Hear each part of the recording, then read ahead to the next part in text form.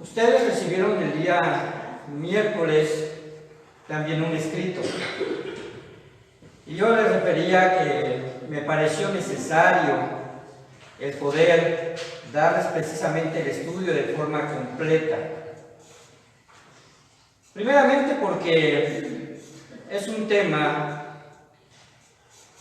muy importante. Temas doctrinales, todos ellos son muy importantes. Y hermanos, también es importante que entendamos algo. Que cuando aceptamos a nuestro Señor Jesucristo, tuvimos una etapa de crecimiento, ¿verdad? En la cual, pues se nos daba, como lo diría Pablo, ¿verdad?, la leche espiritual no adulterada. Sin embargo, también Pablo después habla de que es necesario que también atendamos, nos alimentemos de alimento sólido. Pablo hace esta, ¿verdad?, metáfora, pensando en que necesitamos aprender con más profundidad las Escrituras. Y entre ellos, obviamente, la doctrina y la naturaleza de Dios. De vez en vez, hemos de retomar parte de las enseñanzas de las doctrinas, que podemos decir, bueno, algunas quizás sean básicas, y podamos nosotros primeramente formar convicciones acerca de lo que es Dios, quién es Dios. Y en este punto empezamos a hablar acerca del Espíritu Santo. ¿Quién es el Espíritu Santo? Fue el tema que tocamos. Y también les comentaba a ustedes que quizás sea uno de los temas más controvertidos, puesto que la gente encuentra algunas razones para oponerse a que el Espíritu Santo sea una persona. Sin embargo, hay suficientes evidencias y muy claras, ¿verdad?, la forma en la cual se identifica al Espíritu Santo como una persona. Y en la clase pasada habíamos nosotros visto esto. Aprendimos quién es el Espíritu Santo y ustedes lo pueden ir leyendo ahí también en el material que ya tienen en su mano. En la clase pasada aprendimos quién es el Espíritu Santo y sabemos por la revelación, obviamente la revelación escrita, que se trata de la tercera persona de la Trinidad, porque en ese orden siempre es identificada el Padre, el Hijo y el Espíritu Santo. Y esta verdad se clarificó de forma completa en el Nuevo Testamento, ya que cuando Cristo vino a esta tierra, la identificación que tenía como Hijo de Dios aclara un gran misterio, porque la Trinidad se manifiesta de forma clara a través de las operaciones o ministerios que realiza.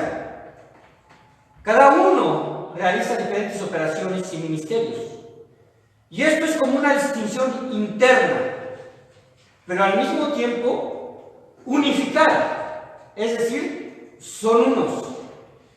Teniendo comunión el Padre con el Hijo y al mismo tiempo con el Espíritu Santo, pero siendo uno y al mismo tiempo manifestándose en tres personas iguales, y tenemos que ser enfáticos en sustancia y en honor, aprendimos que las operaciones que el Espíritu Santo realiza corresponden a un orden planificado divino, es decir, hay un plan, y que corresponde también con el ministerio de Jesús encarnado. Ahora, cuando menciono que las tres personas son iguales en sustancia y en honor, estoy hablando de su propia naturaleza divina y también en el sentir de nosotros hacia ellos. Alguna vez, ¿verdad?, una vez estaba platicando yo con una persona carismática de la tendencia y movimiento carismático, y ellos decían que nosotros como bautistas minimizamos el Espíritu Santo y no le adoramos, que no le oramos al Espíritu Santo, que no le cantamos al Espíritu Santo. Pero en realidad, hermanos, las operaciones del Espíritu Santo tienen que ver precisamente con un orden divino, no es un orden en el cual yo tenga injerencia, porque no soy yo quien determina la forma de adoración a Dios. Dios habla, ¿verdad?, ahí en Juan, ¿verdad?, capítulo número 4, donde dice que es necesario que adoremos en espíritu, que los verdaderos los verdaderos adoradores adoran en espíritu y en verdad. Y además dice que es necesario que adoremos. Cuando estamos hablando acerca de la adoración, es una adoración dirigida al Padre por los méritos del Espíritu Santo y a través de la intervención, a través de los méritos de Jesús y a través de la intervención del Espíritu Santo. Ese es el orden. Y el orden lo estableció Dios. En realidad, el Padre Nuestro, precisamente, ese es un orden que debemos de considerar, porque primeramente alaba al Padre. Padre nuestro que estás en los cielos, santificado sea tu nombre. Esto va a ser posible, ¿verdad? Que esa oración llegue en forma agradable a través, precisamente, de los méritos que el Señor Jesucristo hizo y que nosotros por fe lo creemos. Así que, hermanos, para entender, voy a continuar. Para entender la obra del Espíritu Santo, es necesario notar su intervención a lo largo de toda la Escritura. A lo largo de toda la Escritura. Yo no puse aquí estos versículos, pero ustedes notarán, hermanos, que en el libro de Génesis el Espíritu Santo interviene desde el primer momento. Si ustedes van a Génesis capítulo número 1, en el libro de Génesis, versículo 1, vemos al Espíritu de Dios. Versículo 1 y versículo número 2. Dice así: en el principio creó Dios los cielos y la tierra. Y la tierra estaba desordenada y vacía, y las tinieblas estaban sobre la faz del abismo. Y el Espíritu de Dios se movía sobre la faz de las aguas. Ya vemos una primera intervención y después vemos también precisamente a través de la Escritura que es por medio del poder del Espíritu que fueron creadas todas las cosas. Y también se le menciona a Jesús como alguien que intervino en la creación, según habla Juan capítulo 1, versículo 1 al versículo número 4, donde dice que todas las cosas por Él fueron hechas. Y si nada de lo que ha sido hecho, ¿verdad?, fue hecho si Él no hubiese intervenido. Y en Hebreos capítulo, precisamente número 1, también habla acerca de esto. Entonces podemos entender que la intervención del Espíritu Santo es a lo largo de toda la Escritura. Continúo, no desechando nada de lo que fue revelado, es decir, en la palabra de Dios. Y aunque nosotros particularmente fuimos afectados por Dios en el tiempo de la dispensación de la gracia, porque hemos sido afectados en el tiempo de la dispensación de la gracia, porque ya precisamente nuestro Señor Jesucristo murió por nosotros y por gracia nos ha salvado y no por obras, para que nadie se gloríe, como dice en Efesios 2, 8, 9 y 10, ¿verdad? Entonces, podemos entender que nosotros vivimos en una época en la cual muchos en la historia hubiesen querido precisamente vivir y estar. Aunque la iglesia, aunque los creyentes en la época y en la dispensación de la gracia han sufrido persecución, sobre todo en las primeras etapas, donde el cristianismo era rechazado abiertamente y donde había pena de muerte para quien profesaba esta fe verdadera, estamos bajo la gracia. Estamos bajo la gracia. Y continúo, no debemos menospreciar las enseñanzas antiguo testamentarias, ya que sin ellas quedaría incompleta las doctrinas divinas y no podríamos entender el carácter dinámico de Dios. Y observar la estructura trinitaria como una unidad, ya la habíamos mencionado la vez pasada, indivisa. Una unidad indivisa, es decir, que no se divide en esencia ni en propósito, ni en carácter. Por eso es llamada Trinidad Divina, por lo cual podemos entender de forma clara que Dios se manifiesta a sí mismo, y podemos leerlo en voz alta la última parte de este párrafo. Dios se manifiesta a sí mismo como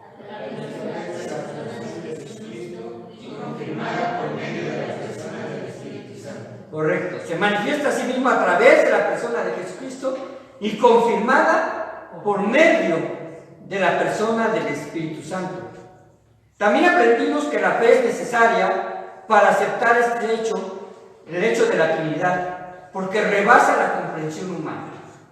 En realidad, tratar de comprender la Trinidad en toda su naturaleza y dar una explicación ¿verdad? Nos pondría, vamos a decirlo, casi al par de la mente de Dios, porque solamente Dios, ¿verdad?, le corresponde ese misterio.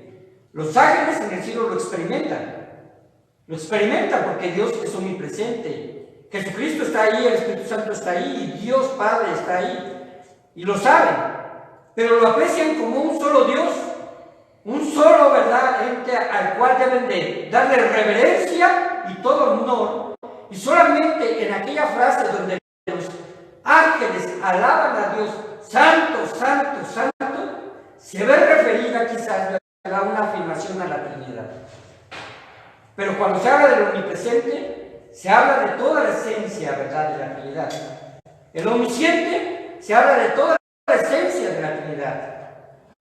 El eterno se habla de toda la esencia de la Trinidad.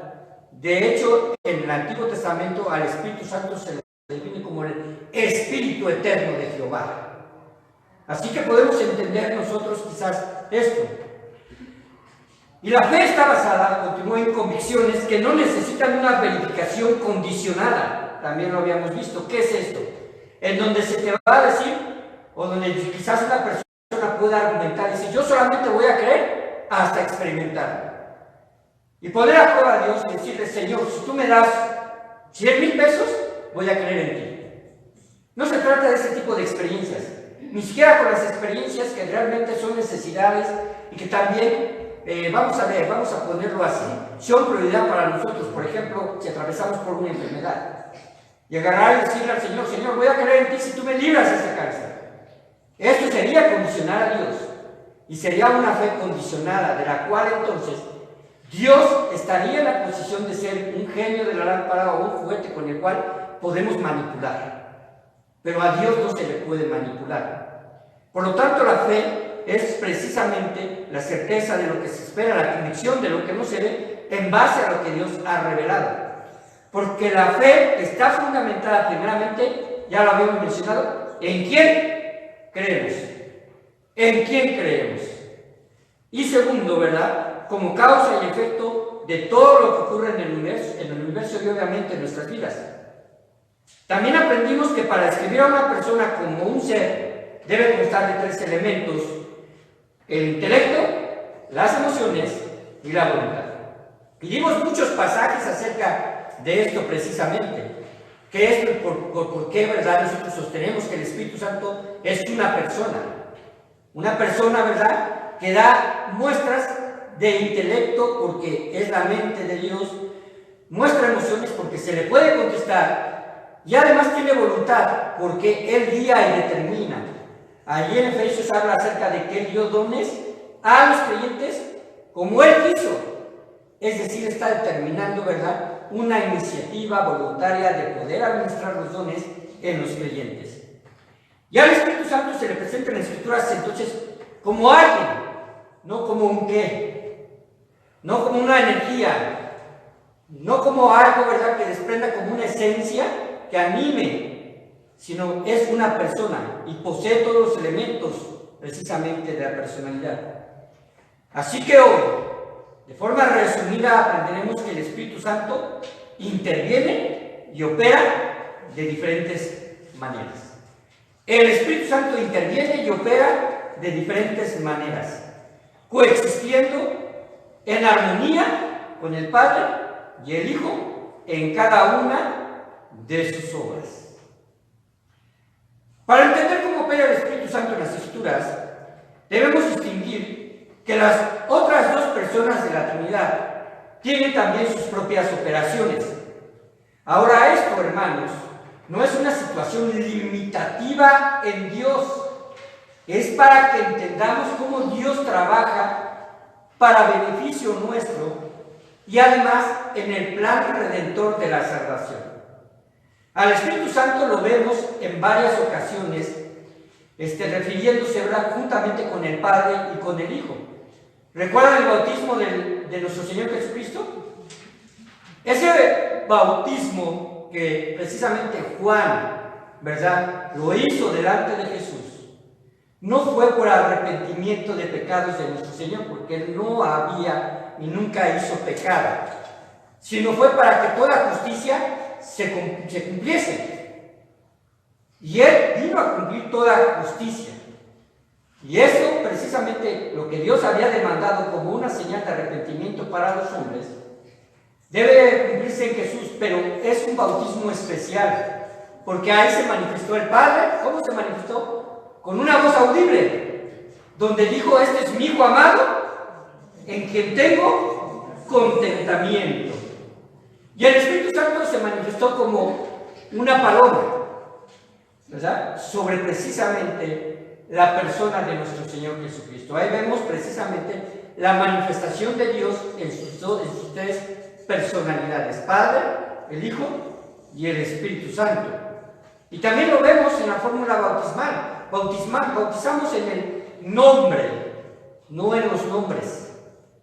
En el nombre del Padre, el Hijo y el Espíritu Santo. Y lo podemos ver también a través, ¿verdad?, en otras ocasiones, como en la transfiguración. Así que hoy, ¿verdad?, vamos a entender cómo opera el Espíritu Santo. Siendo las operaciones que, siendo al mismo tiempo unificadas, también son distintivas, ya que el carácter dinámico de Dios, en donde cada persona de la Trinidad cumple su función, ya estamos en la segunda hoja, me parece, en la parte de atrás, y en donde asimismo cada uno mantiene sus operaciones distintivas, nos permite conocer los planes de Dios de una forma más profunda, a través de la revelación inspirada. Ahora, pregunto, nosotros identificamos a la Santa Biblia como la palabra de ¿quién? De Dios. La palabra de Dios. Aquí están contenidas palabras de nuestro Señor Jesucristo, ¿cierto o no? Podríamos decir que también es la palabra de nuestro Señor Jesucristo, sobre todo si vemos la revelación de Jesucristo dada a Juan en el Apocalipsis. Pero, ¿de qué forma intervino el Espíritu Santo con las Escrituras? A ver, alguien que me conteste. Inspirando. Sabemos que Jesucristo, sabemos que el Espíritu Santo inspiró a los autores humanos de las Escrituras, respetando su personalidad. Y así, ¿verdad?, esto todavía es más sorprendente, porque así Dios, controlando precisamente lo que se escribió y respetando su personalidad, no hubo ni una jota ni una tilde que Dios no quisiese que estuviese aquí. Según las referencias bíblicas, continúa en el siguiente pasaje, al Padre se le identifica muchas veces como Dios único. Lo vemos, por ejemplo, en el libro de Deuteronomio, ¿verdad? Oye, Israel, Jehová nuestro Dios, Jehová uno es.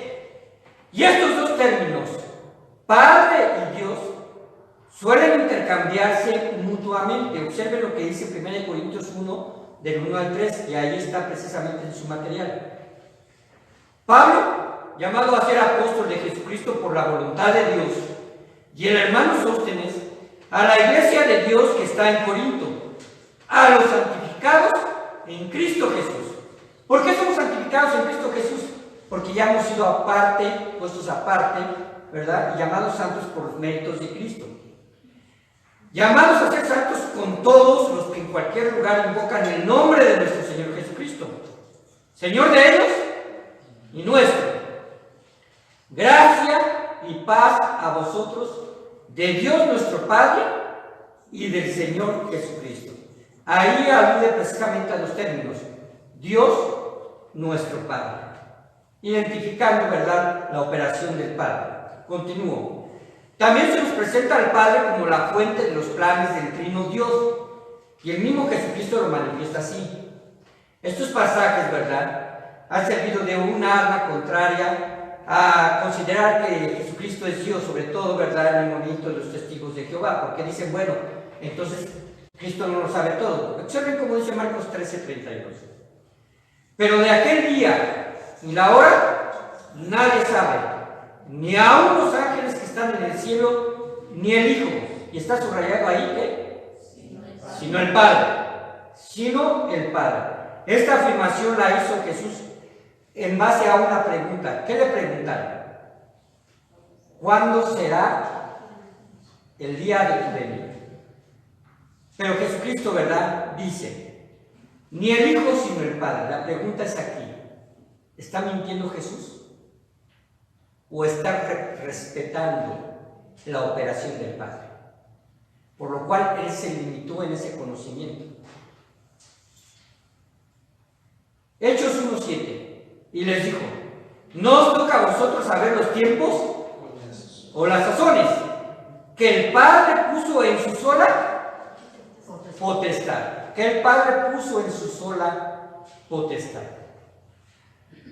Así que podemos nosotros entender que la fuente de los planes divinos en la Trinidad las opera Dios el Padre. La pregunta es, ¿Dios el Padre fue el que murió en la cruz? No. ¿Quién? Dios, ¿verdad?, en su Trinidad, por medio de Jesucristo, su Hijo. Entonces, por otro lado, el Hijo es el gran mediador entre el Padre y el hombre. La segunda persona de la Trinidad, que es Jesucristo, es el agente realizador de los planes que emanan del Padre y quien obra de forma externa, dejando su gloria divina y tomando parte de hombre, revelando la naturaleza invisible de Dios, haciendo posible la realidad de la salvación y la reconciliación con Él. ¿Cómo lo sabemos? Juan 1, del 1 al 3 dice, en el principio era el Verbo, y el Verbo era con Dios, y el Verbo era Dios. Era Dios. Cristo es Dios. Este era en el principio con Dios desde la eternidad.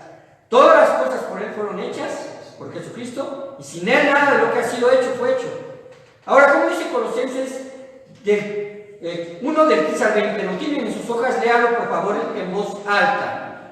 Dice así: Eres la imagen del Dios invisible, el primogénito de toda la creación, porque en Él fueron creadas todas las cosas, las que hay en los cielos y las que hay en la tierra, visibles e invisibles, sean tronos, sean dominios, sean principados, sean potestades, todo fue creado por medio de Él y para Él, y Él es antes de todas las cosas, y todas las cosas en Él subsisten, y Él es la cabeza del cuerpo que es la iglesia.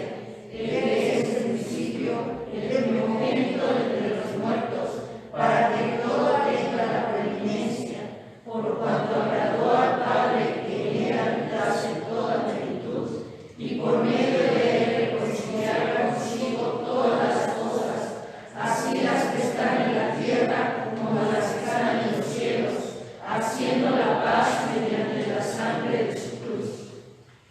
Jesucristo, perdón, es la imagen de quién? Del Dios invisible. Dios es espíritu, ¿verdad?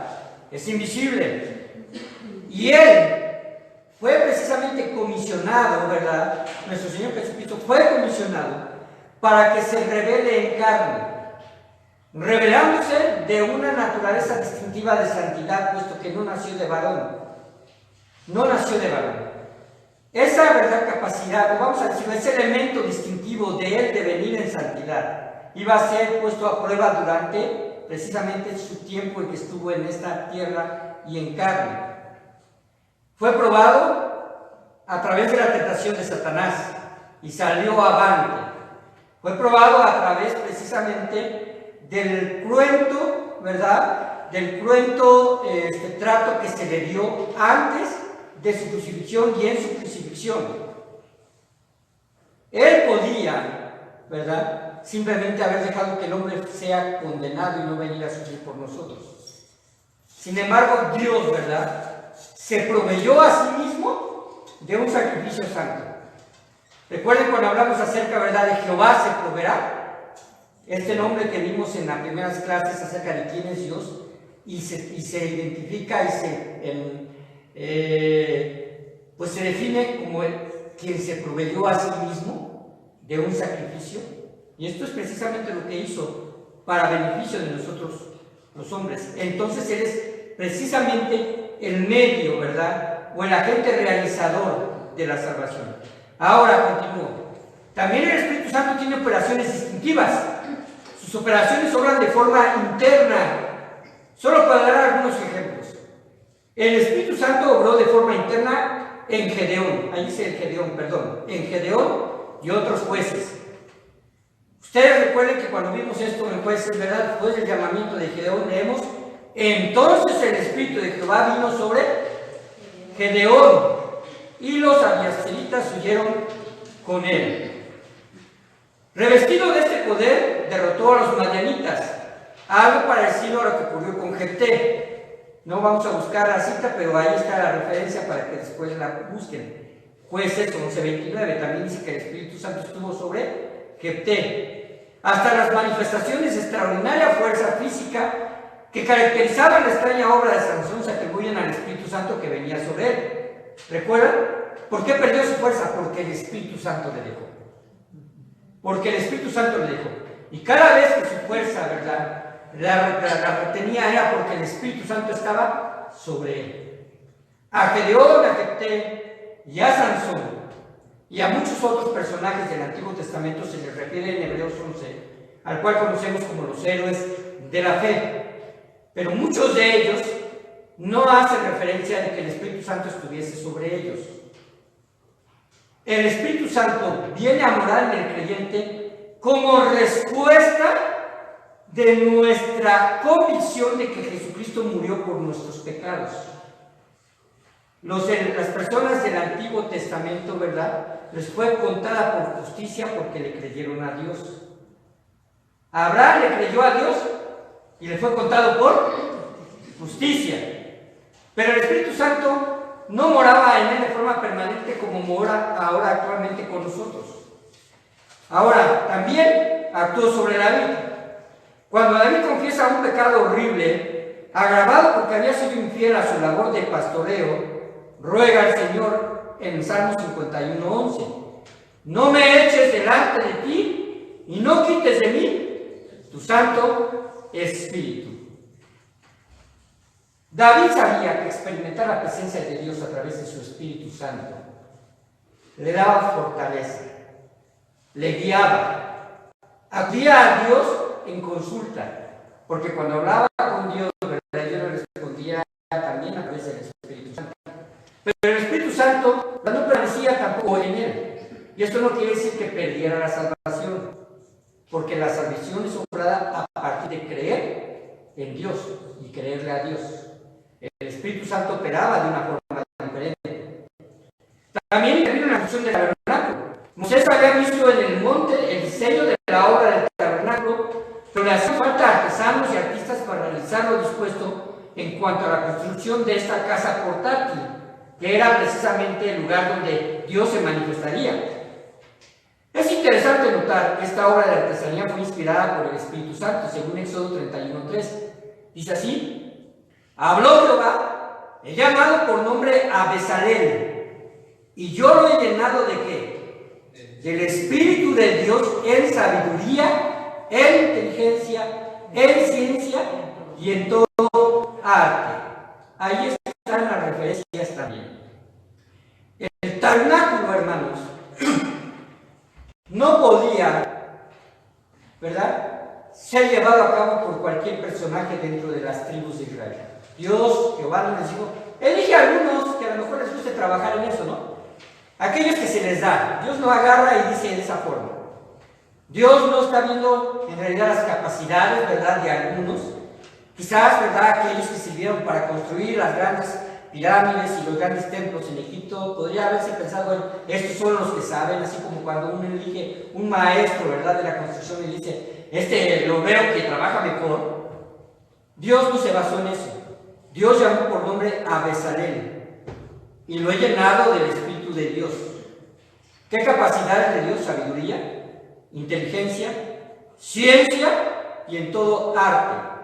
Así que el tabernáculo tenía una profunda importancia, porque ya que ahí se revelaría ¿quién? Dios mismo. Y por lo tanto el Espíritu Santo capacitó a los artesanos para desarrollar esta obra simbólica de la morada de Dios. Y al mismo tiempo el tabernáculo era tipo de nuestro Señor Jesucristo, quien en el futuro cumpliría la función sacerdotal y ceremonial como el sacrificio perfecto. Juan dice, y habitó entre nosotros y vimos su gloria. Gloria como del Padre. ¿Y lleno de qué? De gracia y de verdad. En la dispensación de la ley, continúo, el Espíritu Santo intervino a favor del hombre cumpliendo en todas las asignaciones dadas en comunión con el Padre, pero de forma intermitente. Sin embargo, en el Nuevo Testamento, y esto es lo que a nosotros, ¿verdad?, nos afecta de forma directa, después de que, de la glorificación de Cristo, cuando Él es resucitado y llevado nuevamente a su gloria, el Espíritu Santo habita en el creyente, sellándole como una propiedad de Dios a través de la resurrección de Cristo. Esto sucede en el momento de la conversión, cuando el bautismo del Espíritu Santo se efectúa. No hay un segundo espíritu, no hay un segundo bautismo, perdón. Algunas tendencias carismáticas, ¿verdad?, y pentecostales hablan acerca de esto. Una cosa es la salvación y otra cosa es el bautismo del Espíritu Santo, y lo diferencian en tiempo hasta que los creyentes, ¿verdad?, simplemente experimenten ese tipo, vamos a decir, de manifestaciones extraordinarias, como el hablar en lenguas, como a lo mejor profetizar, como a lo mejor algunas cuestiones que ya no están vigentes en nuestro tiempo, y ellos solamente piensan que de esa forma puede ser, ¿verdad?, externado que el cristiano ha sido bautizado por el Espíritu Santo.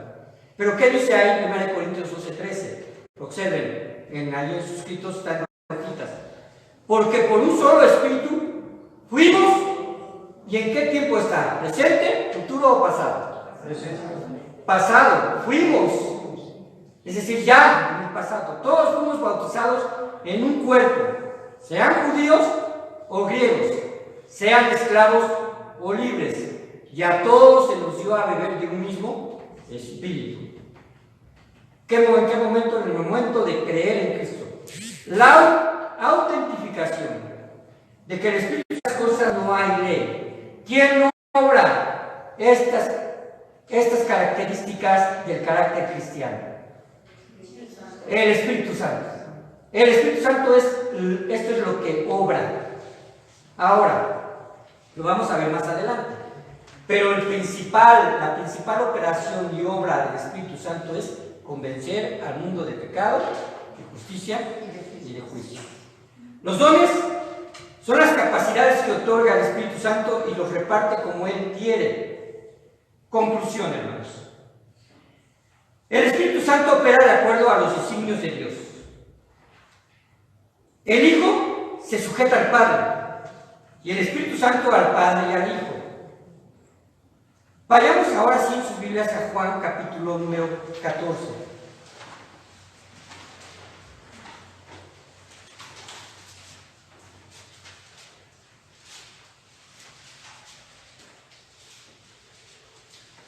Versículo 16.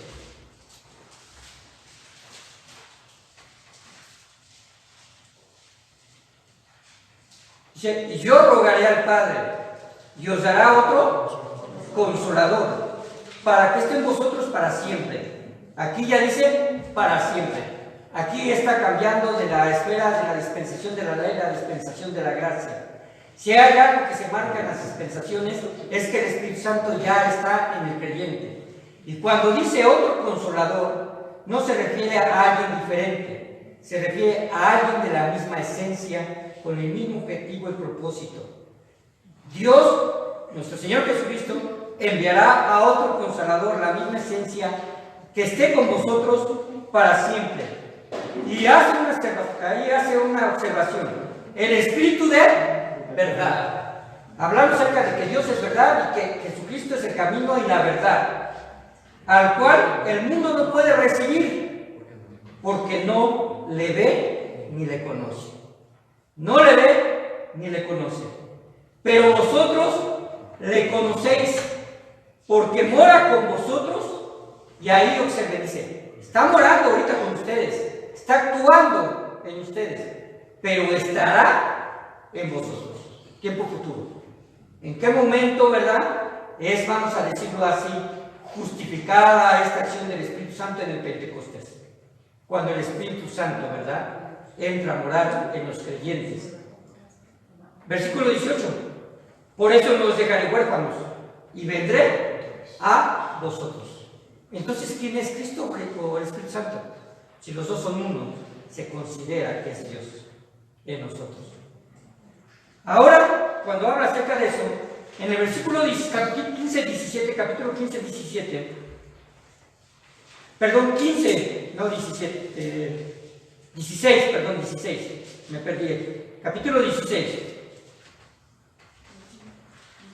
versículo 7 dice: pero yo os digo la verdad, os conviene que yo me vaya, porque si no me fuere, el Consolador no vendría a vosotros, mas si me fuere, os lo enviaré.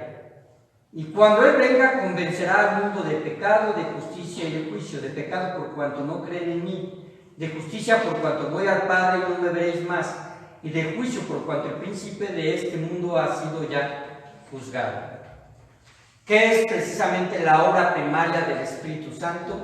Convencer al mundo de pecado. De pecado. Es decir, llevarnos a nosotros a poder estar convencidos de que somos pecadores delante de Dios. Convencer al mundo de pecado no infiere que el hombre no le rechace. El hombre está convencido de que es malo. El hombre está convencido de que ha obrado mal. Si usted lo pone delante de la Escritura y frente a la santidad de Dios, él entiende que está obrando mal, pero aman más las tinieblas que las luz. ¿Por qué? Porque sus obras son malas. Hablan más los beneficios temporales, ¿verdad?, que este mundo le ofrece a través precisamente de proyectar ese pecado y esa maldad. Por lo tanto, rechazan a Dios. Pero el Espíritu Santo precisamente esto hace. Y Dios sabe con anticipación quién va a ser salvo. No está eligiendo a quiénes serán salvos. Sabe con anticipación quién será salvo, quién será susceptible al llamado. En ese aspecto, entonces, nuestro Señor Jesucristo, ¿verdad?, por medio del Espíritu Santo, aunque está trabajando en el mundo entero, ¿verdad?, para convencerlo del pecado, solamente entrará en aquellos que lo acepten. Y además dice que también convencerá al mundo de justicia. Es decir, te va a convencer de que la justicia es completa, ¿verdad?, la justicia de Dios se ha completado en la obra de Cristo en la cruz. Por lo cual nosotros hemos sido justificados. Pero también de juicio.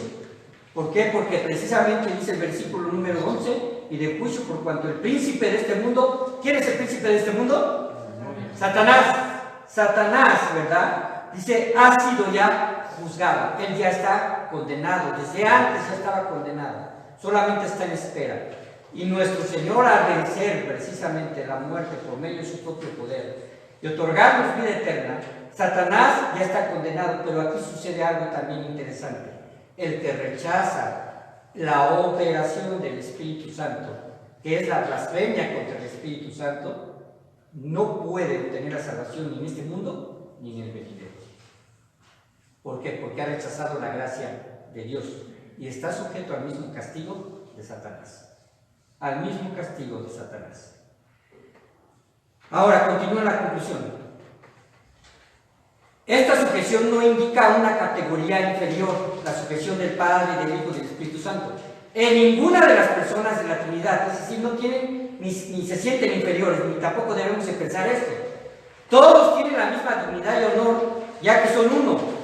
E intentar dignificar a cada uno de forma aparte, olvidándonos de sus designaciones y propósito, sería tener un pensamiento tripartita. Es decir, estamos adorando a diferentes dioses, ¿no? Y no trinitario.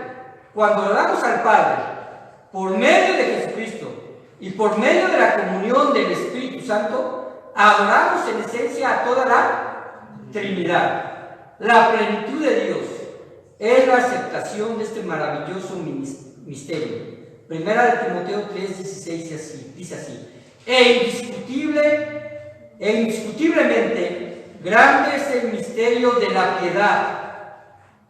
Dios fue manifestado en carne, justificado en el Espíritu, visto de los ángeles, predicado a los gentiles, creído en el mundo, recibido arriba en gloria.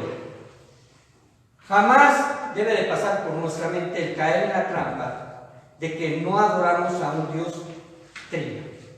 Siempre le adoramos. Cuando le damos honor a Dios, estamos dando honor a las operaciones del Hijo y a las operaciones del Espíritu Santo. Y ellos reciben la gloria. Ellos reciben la gloria. De hecho, déjenme decirle, cuando estemos en el cielo, después de que nosotros hayamos sido arrebatados, donde ya haya pasado el milenio, donde ya se haya precisamente tomado juicio sobre todos los verdaderos inconversos que estarán durante el milenio y se levantarán para luchar juntamente con Satanás. Ya el anticristo y la bestia estarán en el lago de fuego, se levantarán contra Satanás, vendrá ese juicio, ¿verdad?, donde precisamente se abrirá el libro de la vida, y el que no se haya inscrito en el libro de la vida será lanzado al lago de fuego. Estaremos adorando a Dios, y distintivamente ahí menciona al Cordero y al Espíritu Santo, manifestándose, ¿verdad?, allí en el Apocalipsis como los 7 espíritus de Jehová. Espero haya quedado claro y no sea confundido. Pero vamos a estar estudiando todo esto. Por eso es que tengan ustedes esa predicación escrita, tengan esa información para que puedan ustedes, ¿verdad?, releer. Vamos a orar. Padre bendito, Señor, te damos muchas gracias, porque a través de tus palabras, Señor, tú nos has manifestado de qué forma obras, Señor, y cómo son distintivas, pero aún también unificadas, Señor, las 3 personas de la Trinidad. Queremos, Padre Santo, darte todo honor y toda gloria. Adoramos, Señor, tu santo nombre. Te invocamos por medio del nombre de nuestro Señor Jesucristo. Y Padre Santo, esa oración, Señor, es llevada a través, Padre, de la voluntad del Espíritu Santo. Gracias, Señor, porque tú nos haces entender, o por lo menos, Padre Santo, nos haces visualizar cuán poderoso eres, cuán grande eres, Señor. Y Padre Santo también, en cierta forma, no poder comprender a plenitud, Señor, este hermoso misterio. Lo creemos porque tú lo has manifestado en tu revelación.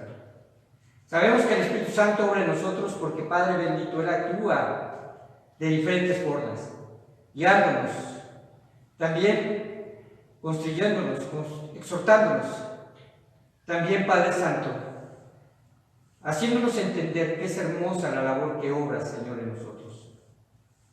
Permite, Padre Santo, de que el fruto del Espíritu Santo siempre sea un testimonio vivo, diario, permanente en nuestras vidas. Que podamos crecer, Señor, que podamos, Padre Santo, ser cada vez, mi Dios, con una imagen más parecida a ti. Señor, recibe todo honor y toda gloria. Y en el nombre de Cristo Jesús, Señor, ayúdanos cada día. Amén. Gracias, hermanos.